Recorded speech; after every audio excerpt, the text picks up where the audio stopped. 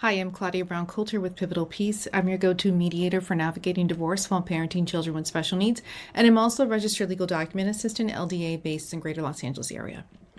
I know that there are times and seasons and circumstances in life where you may not be able to afford to pay the court fee. So in order to file for divorce or to file a response to a divorce petition, in this state, in particular counties, it's anywhere from $435 to $450 just to file. Now, usually that's your last expense, but that's $500. That's a lot of money. And a lot of people don't have just $500 laying around that they can just be like, okay, I'll pay the filing fee. No big deal. Yeah, I'm going through a divorce and we're strapped for cash. So I want to explain this form for you. So this is a great website. This is the self-help website for the judicial branch of California. This is universal to the state. It's not court specific. This is why I love it. So I want you to pause this video and make sure you write this down, selfhelp.courts.ca.gov. And usually, let's see what happens if I put divorce here. Yes. This is why I love it, because this will help guide you through the process. But let's go ahead and go to this fee waiver. The pages look similar, where they do a lot of explanations, explaining what's happening and telling you when to do what. And there's actually always links. Go here, go there. It's like a choose your own adventure on the court website. It's great. Now, I want to show you the form that you think you need to fill out first. This form, FW-001, is your main fee waiver form. And you're going to think, that's it. That's all I have to do. No, no, no, no, no. No, no, no, no, no. I want you to disabuse yourself of that notion right now. This is a generic form. The form I'm going to use today is actually from the County of Riverside. You just have to Google it. I just want you to know where to find all that information. You can find it on the other page, but for our purposes, I want to be able to show you everything you need. But take a look right here. You'll notice here in this box, Superior Court of California, County of, and it's blank. Okay, you're just going to fill your county here. So that's why I don't want you to use the Riverside forms, but we're going to practice on the Riverside forms. Okay, we are here on the Riverside forms. This information is generic with about one exception, but what you need to know is these are instructions. So the reason I like this is there are 7 pages. The first 2 are instructions for you and warning you that you are, everything related to divorce, you're signing under the penalty of perjury. You're just like, they're saying, hey, you're going to be charged if you found out to be lying. So don't try to scam money. That's all that is. If you have a need, don't be afraid of this. Do not be afraid. They explain some things, and they do let you know that if you get a large reward, or settlement, I should say, they may be like, you know what, it's time for you to pony up. We know you want that. We know you got some extra dough, so we need to get ours back. Here is the form. It's the same form I just showed you. I want to point out this little bit of difference. See, Riverside was like, oh, we just going to fill this in for you. So don't use this form unless you're in Riverside, okay? Or you can white this out and put Riverside. So they want your information. They want your name here. You're going to put your name here. You're going to type in your street address, your city, your state, your zip code, your phone number. If you are employed, you're going to put your job title. If you are a stay-at-home parent, that is a job. Put that down.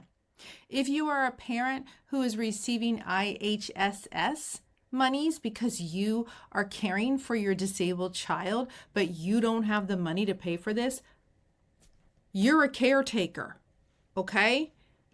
You don't want to put your child's name as the name of your employer, but you can put something here, caretaker of my child, stay-at-home parent. Otherwise, put your job or unemployed. Otherwise, put your title, your employer's name, your employer's address. If This is the petition that you're filing. You don't have a case number, so leave it blank. If it's a response that you're filing, put your case number on it so they can assign it to the right case. Case name.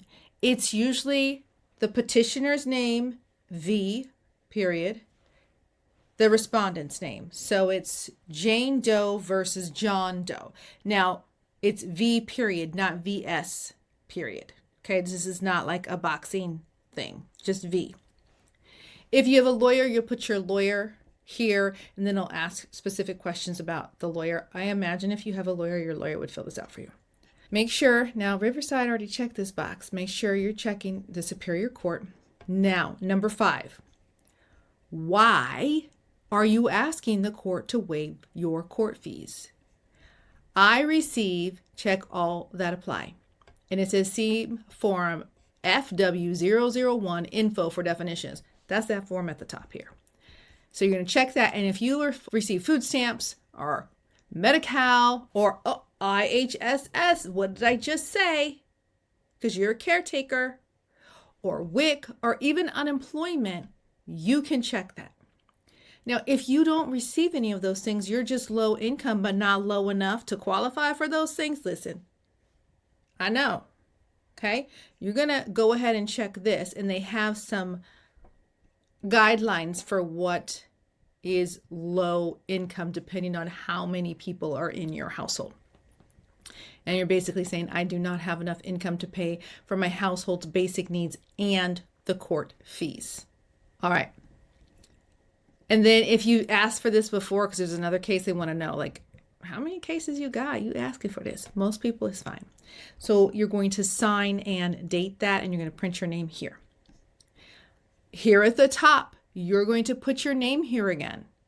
And if you have a case number, you're going to put a case number if you don't. Now, if you're receiving some sort of funding, IHSS, WIC, food stamps, EBT, whatever that is, you don't have to fill this out because it says if you checked 5A on page 1, don't fill out below.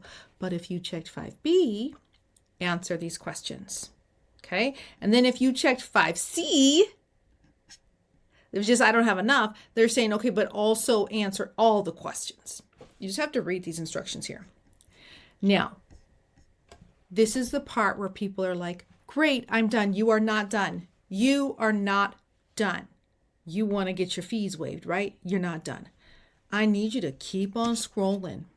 This looks like, but it has nothing to do with me.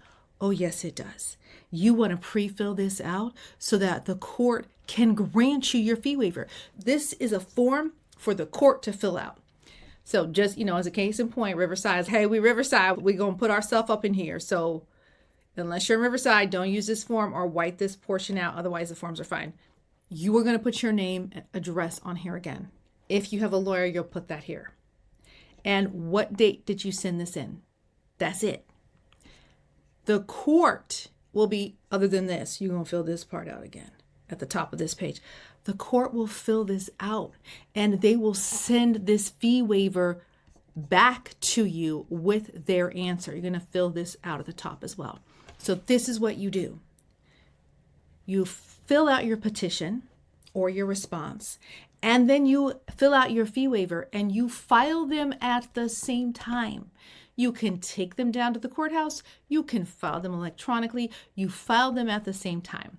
And what's going to happen is the court is going to process your paperwork, and then they will evaluate if you're going to get the fee waiver or not. If you do, they'll be like, great, you got the fee waiver. If you don't qualify, they'll be like, great, this is what you owe us. So if there is a need, fill this out. It doesn't hurt to try this. And while you wait to see if the court will grant it, try to scrape together some money so you can pay that filing fee, because this is a really important step. It's a really important step. You need to be able to get this divorce processed. You need to get it started. So start with this fee waiver if you don't have the income. You can do it. It's self-explanatory. Do not let yourself be overwhelmed. If you have questions, you can reach out.